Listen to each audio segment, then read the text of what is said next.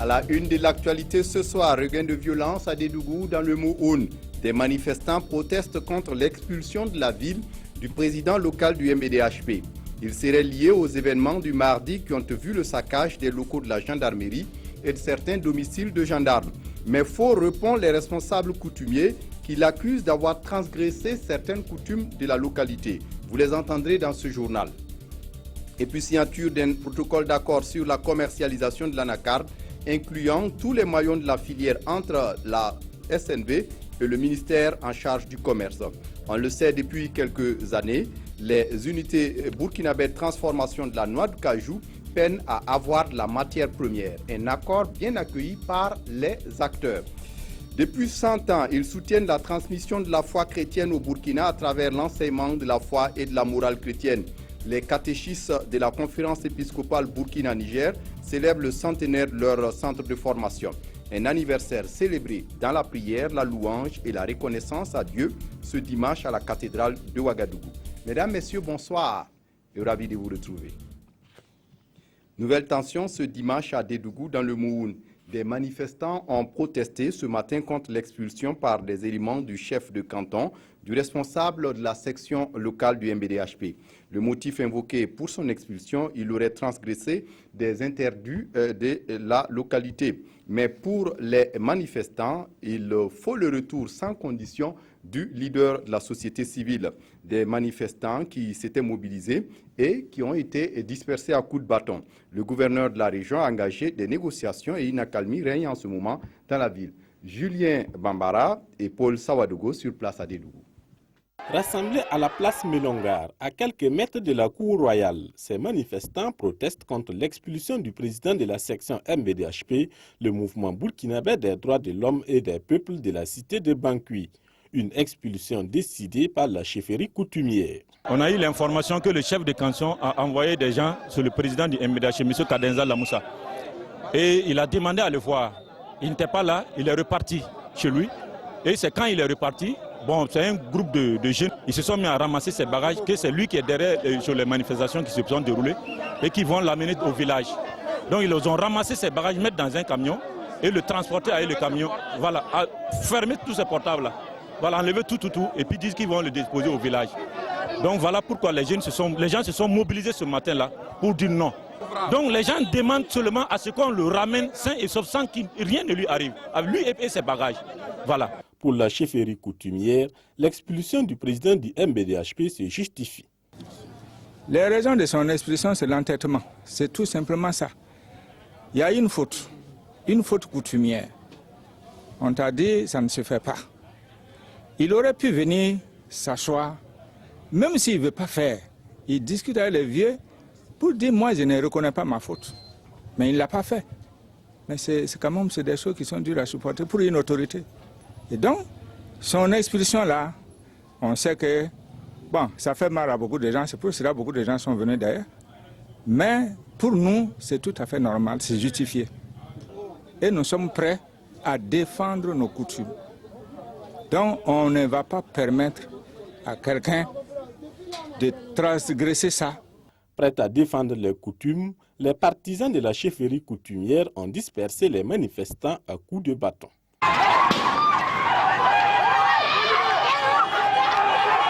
Afin de ramener le calme, le gouverneur de la région a engagé des négociations.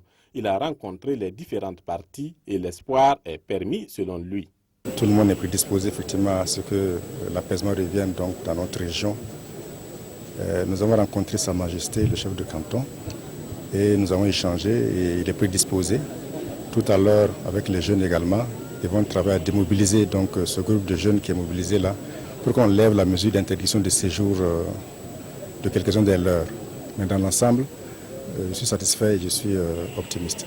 Lorsque les réparations seront faites par la chefferie coutumière, je pense qu'il n'y aura plus d'interdiction à ce qu'ils reviennent.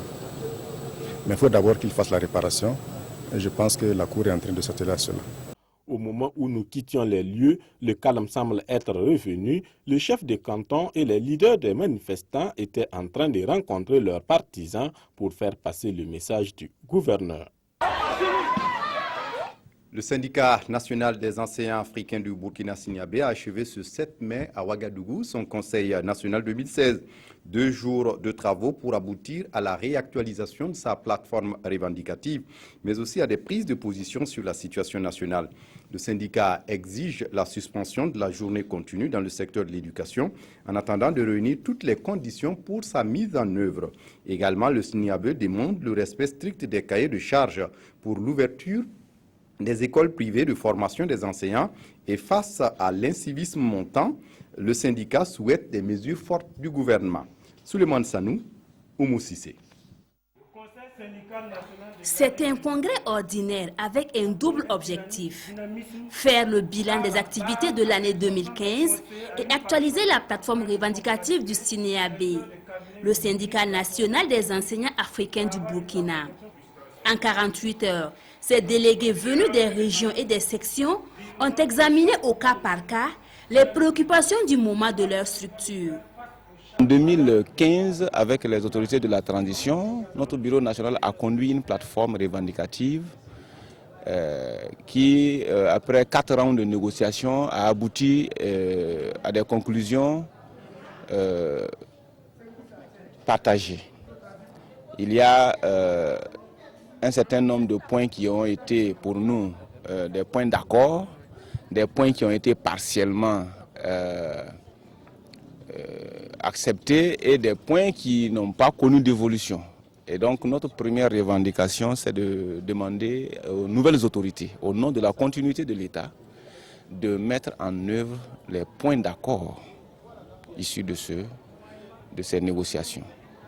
Au cours de ce Conseil national, le Signabé recommande également la suspension de la journée continue dans les secteurs de l'éducation en attendant les conditions optimales de sa mise en œuvre et le respect strict des cahiers de charges quant à l'ouverture des écoles privées d'enseignement.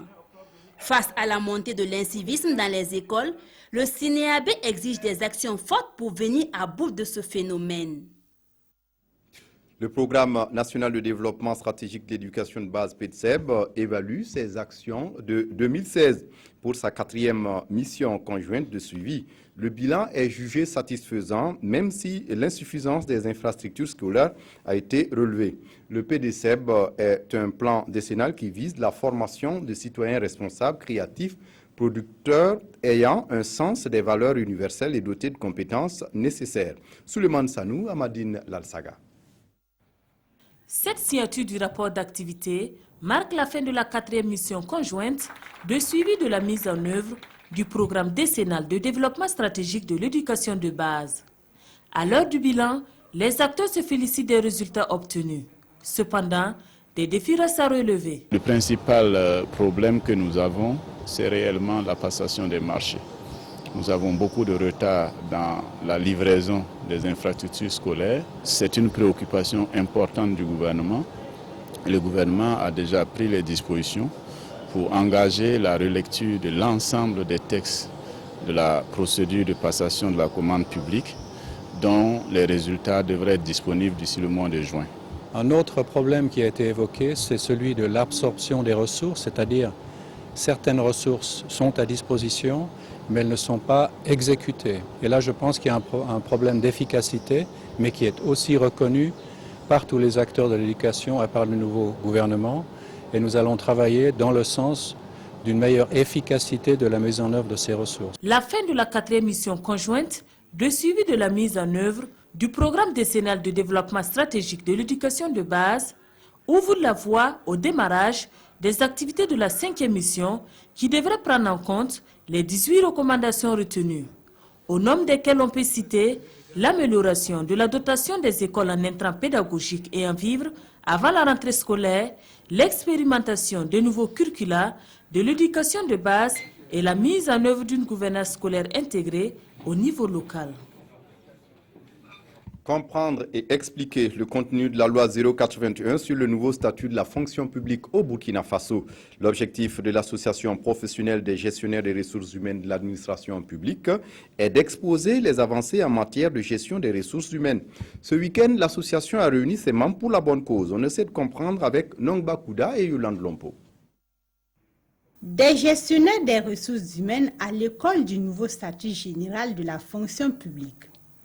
La fonction publique s'identifie aux ressources humaines et à cette conférence publique, les statuts généraux de la fonction publique depuis 1957 jusqu'au 31 décembre 2015 vont être passés en revue. En cela, peut-être une chose qu'il est ici de relever, c'est que c'est la loi 13 qui a mis en place, qui a donné naissance à la gestion des ressources humaines au Burkina Faso. Avant ça, on procédait à une simple gestion du personnel. Mais cette loi a montré ses limites. La nouvelle loi, certes, innove en pas mal d'aspects. Entrée en vigueur le 1er janvier 2016, la loi 081 qui comporte 213 articles sera au cœur des échanges. Est-ce que cette nouvelle loi innove en des aspects de gestion des ressources humaines? Voilà. Qu'est-ce que l'agent public gagne concrètement avec le passage à cette nouvelle loi? Le gestionnaire des ressources humaines, quelle analyse technique, scientifique, il peut faire de cette loi afin de pouvoir, je dirais, mettre de la plus-value dans son travail? Initiée par l'Association professionnelle des gestionnaires des ressources humaines de l'administration publique burkinabé, cette conférence publique va également leur permettre d'échanger sur les implications de la dite loi. Économie à présent, depuis quelques campagnes agricoles, les unités burkinabées de transformation de la noix de cajou peinent à avoir de la matière première. La cause, la noix de cajou est inaccessible sur le marché public. Le ministère en charge du commerce et l'ONG néerlandaise SNV ont entamé des discussions depuis quelques mois sur la question. Des discussions qui ont abouti à un protocole d'accord sur la commercialisation de l'anacarde, incluant tous les maillons de la filière. La signature du protocole est intervenue ce 6 mai à Bobo Dioulasso en présence de Karim Ilboudo et de Ahadi Sandamba. Avec ces signatures, les différents maillons de l'interprofession anacarde accordent leur violon pour la protection et surtout la survie de la filière. Et c'est l'aboutissement d'un processus entamé il y a quelques mois de cela. On a notre volonté politique. Nous tenons à ce qu'il y ait de la transformation d'abord avant qu'il y ait de l'export. Il s'agit là d'un protocole où les producteurs acceptent céder la noix brute de cajou à 600 francs le kilogramme au profit des commerçants qui, à leur tour, ont pris l'engagement de revendre le même produit aux transformateurs à raison de 650 francs le kilogramme avant toute exportation. La production du Burkina aujourd'hui, c'est 85 000 tonnes. Et les transformateurs ne demandent que 15 000 tonnes. Dieu merci, ils ont eu déjà une quantité. Donc je pense que ce qui reste à les fournir n'est pas assez important. Et nous allons travailler main dans la main pour pouvoir combler le vide. Que des commerçants s'engagent à nous faciliter l'approvisionnement en noix, c'est également s'engager à faire en sorte que les unités de transformation travaillent. La concrétisation de cet acte a été rendue possible grâce au ministère du Commerce, de l'Industrie et de l'Artisanat avec l'appui de l'ONG néerlandaise, la SNV. Et à cette séance de signature, les producteurs, les commerçants ou exportateurs, les transformateurs de la noix de cajou ainsi que le ministère en charge du commerce ont pris chacun de son côté l'engagement d'œuvrer à l'application et surtout au respect du protocole. On en vient à présent à notre grand format de ce dimanche. Il est désormais interdit aux agents publics au Burkina Faso de recevoir des cadeaux, des dons et autres avantages en nature dont la valeur dépasse 35 000 francs CFA. C'est une loi du CNT en 2015 et entérinée par le Conseil des ministres du 27 avril dernier. C'est une disposition anticorruption inspirée par le RENLAC, le réseau national de lutte anticorruption. Qu'est-ce qui est exactement visé par la loi ? Quelles sont les sanctions prévues pour les contrevenants? La disposition pourra-t-elle venir à bout de la corruption dans les services publics? Des questions mais aussi des réponses avec Ismaël Sirima.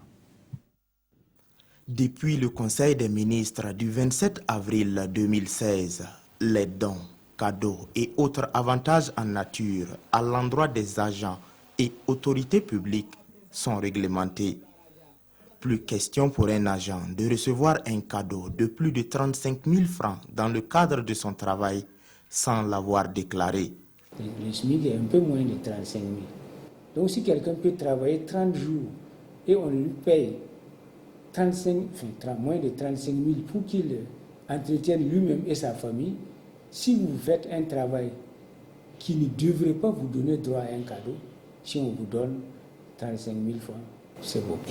À défaut de refuser les cadeaux pour des questions de politesse ou de bienséance, il peut être reçu. À condition que vous le déclarez dans votre institution et on l'enregistre. Il y a des dispositions réglementaires qui sont prévues pour que ces genres de cadeaux-là soient enregistrés et ne viennent pas alourdir ou en tout cas faire partie de votre patrimoine personnel. Parce que ce n'est pas parce que vous êtes X qu'on vous a donné ce cadeau, mais c'est parce que vous avez représenté l'administration. Et cela dans le but d'empêcher des enrichissements illicites du fait de sa position dans l'administration.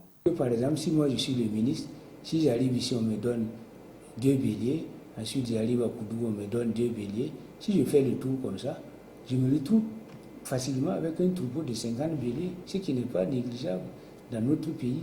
En plus, la loi stipule qu'on ne peut recevoir de la même personne plus d'un cadeau par an. De façon bilatérale, il ne faut pas que ça dépasse une seule fois. Sinon, ça va devenir comme une règle. Et un jour, vous pourrez venir, rien qu'en citant vos cadeaux, devenir milliardaire.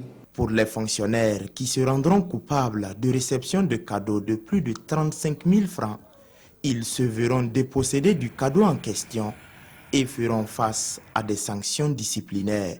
Ça peut aller de la simple affectation de l'agent, son déplacement, sa mise à pied, mais ça peut aussi arriver jusqu'à ce qu'il soit carrément exclu de son travail. Des mécanismes de dénonciation seront ainsi mis en place pour donner plus de la force à la loi. Et selon le réseau national de lutte anticorruption, seule la veille citoyenne pourra permettre à cette loi d'être opérationnelle. Retour à Bobo Dioulasso pour évoquer santé avec la 18e édition des Journées des sciences de la santé. Une rencontre de professionnels de la santé humaine et animale du Burkina, des pays de la sous-région et d'Europe. L'objectif est de faire le bilan des activités des journées et d'échanger sur les stratégies pour mener à bien une croisade contre certaines pathologies qui minent l'essor du pays. Moumouni Barou. Cela fait 2 ans. Ces acteurs intervenant dans le domaine de la santé ont promis de se revoir pour tenir la 18e édition des Journées des sciences de la santé de Bobo Dioulasso. Ils y sont. C'est l'occasion pour eux de faire le bilan des activités et de réfléchir également sur les stratégies à mettre en place pour lutter contre les pathologies, entre autres la dengue, qui de plus en plus handicape le développement socio-économique du pays. La Journée des sciences de la santé de Bobo Dioulasso est un forum, je dirais, de partage d'expériences et donc également de partage des résultats de la recherche sur les problèmes de santé. Donc l'objectif de ces journées, c'est justement de faire connaître les récentes découvertes, les bonnes pratiques que les uns et les autres ont et pouvoir les partager entre nous praticiens, entre nous cliniciens, entre nous infirmiers. Aujourd'hui, les Journées des sciences de la santé de Bobo Dioulasso ont 24 ans d'existence. C'est dire donc qu'elles sont devenues une véritable plateforme d'expression. On est devenu, on peut dire qu'on est des jeunes adultes, donc on doit apprendre à nous développer nous-mêmes, à savoir prendre nos repères, à savoir donc se développer et avoir une vision pour le futur. Ces rendez-vous des sciences de la santé, en plus du Burkina Faso, regroupent les pays de la sous-région, notamment le Bénin, la Côte d'Ivoire, le Mali et le Sénégal, des pays de l'Afrique centrale, le Tchad et la République démocratique du Congo, ainsi que la France et l'Italie. Les responsables du projet Choléra 3 exécuté dans le Sahel du Burkina font le bilan des activités du projet qui arrive à terme.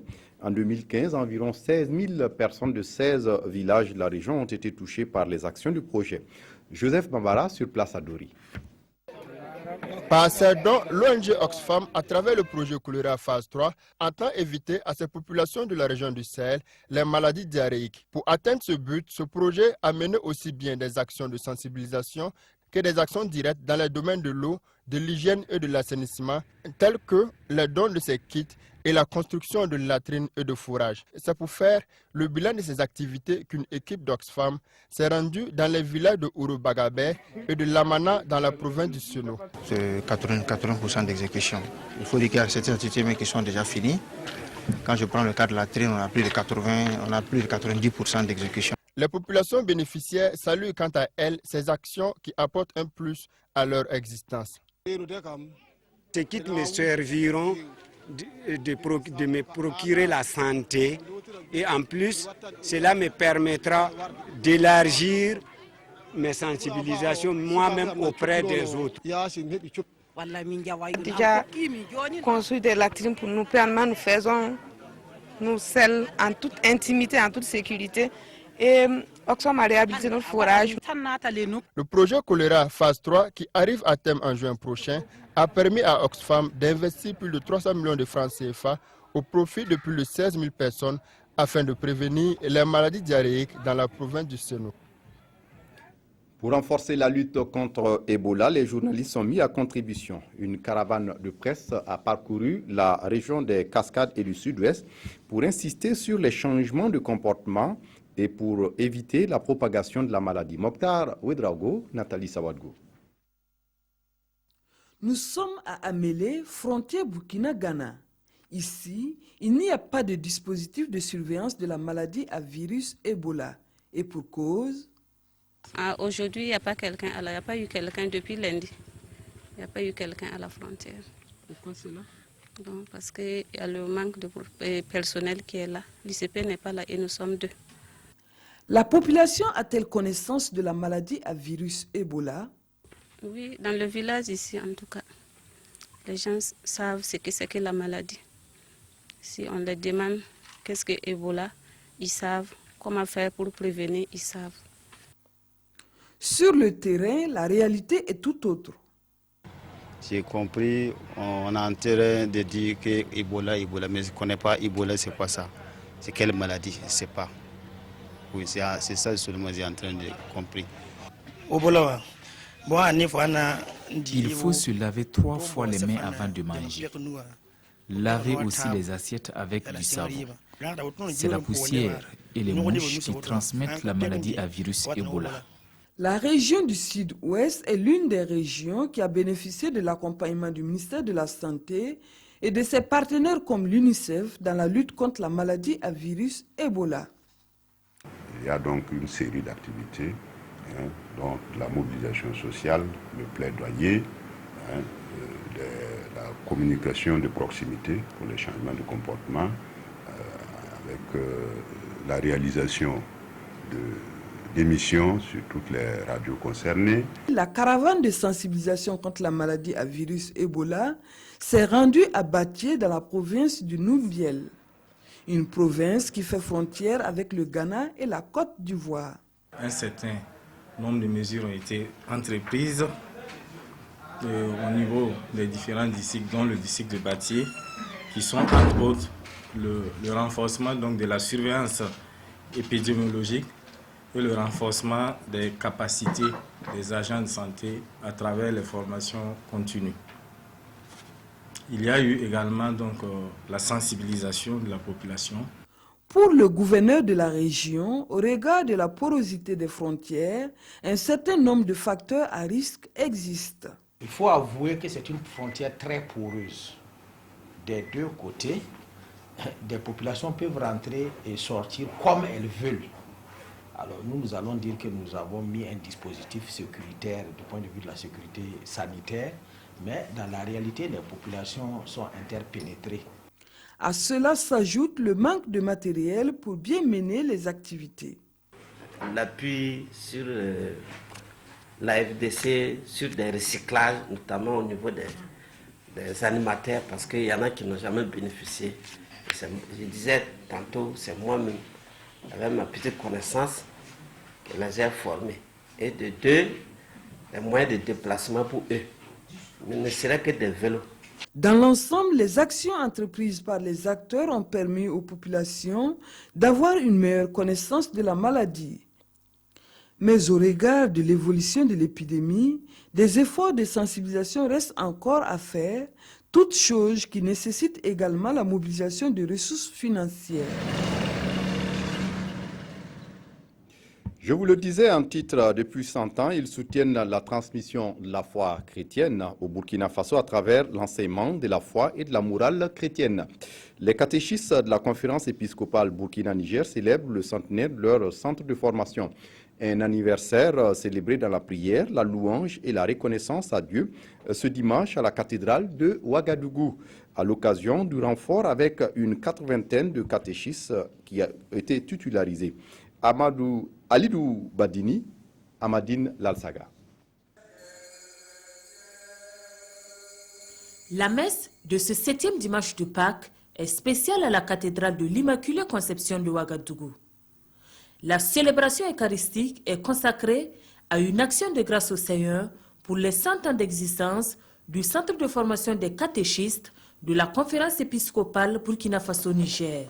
Un jubilé d'or qui mérite des louanges et bien sûr quelques pas de danse.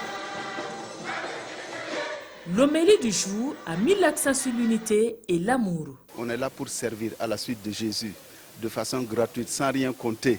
À la manière de Jésus, chacun doit se donner totalement jusqu'au bout, au prix même de son sang. Vous voyez, le cardinal est en rouge. Ça signifie qu'il doit se donner à fond, jusqu'au martyr s'il le fallait. Première école de formation des catéchistes, la commémoration du centenaire du centre est également un moment d'introspection. Ça commence en même temps que des petits séminaires. Donc ceux qui voulaient devenir prêtres et ceux qui voulaient devenir catéchistes étaient ensemble. De là, il s'est avéré utile de les séparer. Et on a envoyé les catéchistes à Gilungu en 1930. Et ils sont restés là-bas longtemps. Et par manque d'eau dans la localité, on était obligé de transférer l'école à Doncé. Le nombre de catéchistes de l'Église Famille de Dieu s'est agrandi au cours de la célébration eucharistique. 80 catéchistes des diocèses de Wayuguia, de Gawa, de Kaya et de Kupela ont été titularisés après 4 années de formation. Ils ont été invités à mener à bien leur mission en fortifiant la foi des catéchumènes par la prière. 4 frères des écoles chrétiennes ont célébré hier à Dilungu leur jubilé d'or de sacerdoce, 50 ans durant lesquels ils ont témoigné de la foi par l'enseignement et l'écoute. Pour l'archevêque émérite de Ouagadougou, Jean-Marie Compaoré, qui a dirigé la célébration eucharistique, ces prêtres ont servi Dieu avec dévouement. Adama Guiti, Godefroy Bazier. Célébration aux allus de cour magistrale et pour cause, 4 frères lassaliens fêtaient leur jubilé d'or. Frère Gabriel Zabrangba, Luis Alvarez, Paul Caboré et Raoul de Anton ont dispensé pendant 50 ans le savoir dans des écoles chrétiennes à des enfants burkinabés. Aujourd'hui, vraiment, c'est une joie de voir ceux qui exercent des professions et qui vraiment sont enviés par le monde. Nous nous disons qu'ici, nous avons réussi. Fierté de voir les fruits de cette décennie d'abnégation au service de Dieu et de l'homme, mais peinée par l'actualité de l'école burkinabé. J'ai suivi pas à pas tous les progrès du Burkina. C'est bien au niveau des infrastructures, tout ça. Maintenant, il faut veiller un peu plus peut-être à la discipline, à la conscience professionnelle, ce que nous voulons inculquer à nos élèves. Bref, la cérémonie d'action de grâce a permis une nouvelle fois de rappeler la place des frères dans l'Église catholique. Quand on dit frère, on voit d'abord un service, un ministère qui est attaché à répondre à un besoin humain précis. Dieu n'est pas insensible à ce qui arrive dans les sociétés. Il suscite des hommes qui créent des groupes, des sociétés, des associations pour répondre à ces besoins. La célébration du jubilé d'or des frères des écoles chrétiennes est une sorte d'invite à continuer l'apostolat pour que la flamme de la foi ne s'éteigne jamais. En culture, Mounan Ndiaye, actrice principale du film L'œil du cyclone du réalisateur burkinabé Sékou Traoré, est la grande lauréate de la première édition de la Nuit des Sotigui, un événementiel qui a récompensé hier les acteurs du cinéma.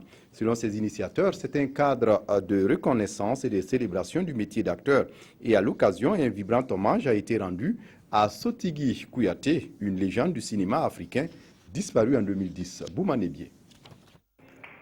Une joie immense pour la comédienne Mouna Ndiaye qui remporte le Sotiri d'or 2016 pour son rôle joué dans le film L'œil du cyclone. Je suis très émue et très heureuse d'avoir remporté ce trophée. Je pense que nous sommes des acteurs dans le développement et dans tous les secteurs au niveau d'un pays.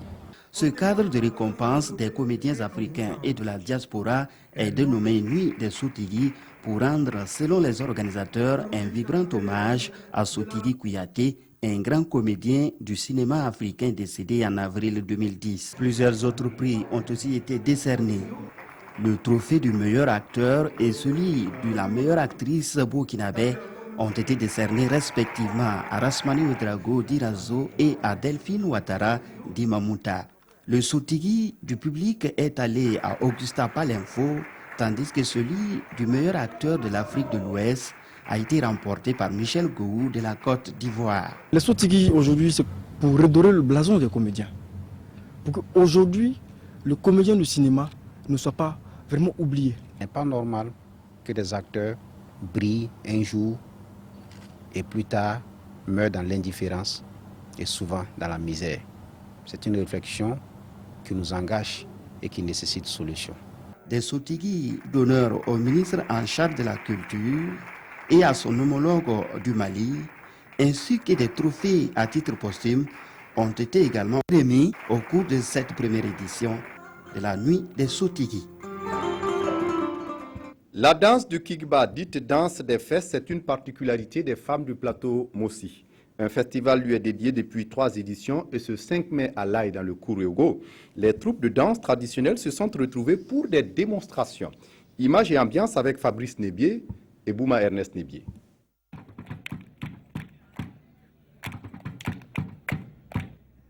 Cette danse, exécutée ici par la troupe de filles de l'école Adelaï, s'appelle la danse Kieraba, une danse traditionnelle de la localité que l'association Baoitaba veut promouvoir à travers un festival qui porte le nom de la danse, le festival Kieraba. On a vu que depuis un certain temps, le Kieraba, on ne le voit plus. Donc on a pris vraiment l'engagement de vraiment le faire vivre Kieraba. Donc au début, on a fait le tour, on a essayé vraiment de réorganiser les femmes pour qu'ils puissent vraiment pratiquer Kieraba. Et aujourd'hui, Dieu merci, on a pu vraiment faire quelque chose. La danse Kieraba n'est pas la seule à être valorisée par le festival. Plusieurs autres, comme le Warba et le Wiri, sont aussi concernés.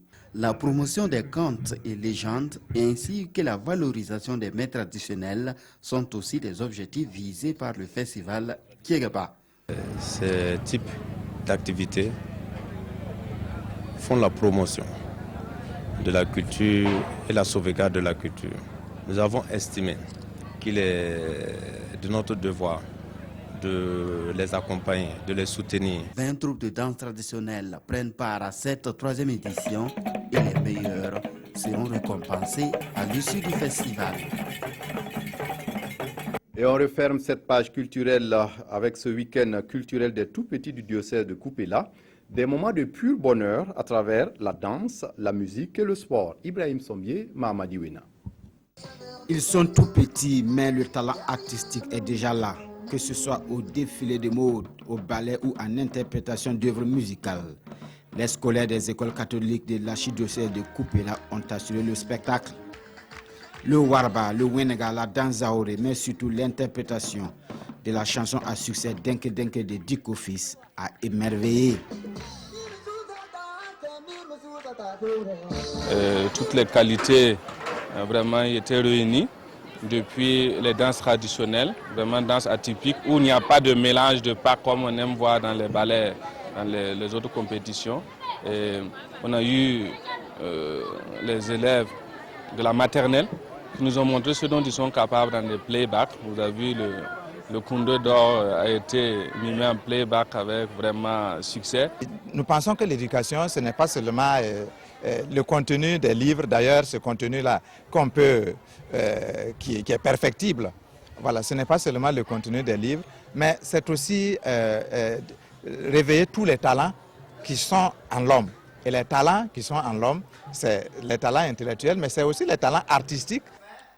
Et désormais, ces enfants peuvent enrichir leur talent artistique par la recherche. Le lycée Notre-Dame des Grâces a inauguré à l'occasion de cette semaine de l'enseignement catholique à Kupela sa toute nouvelle salle informatique.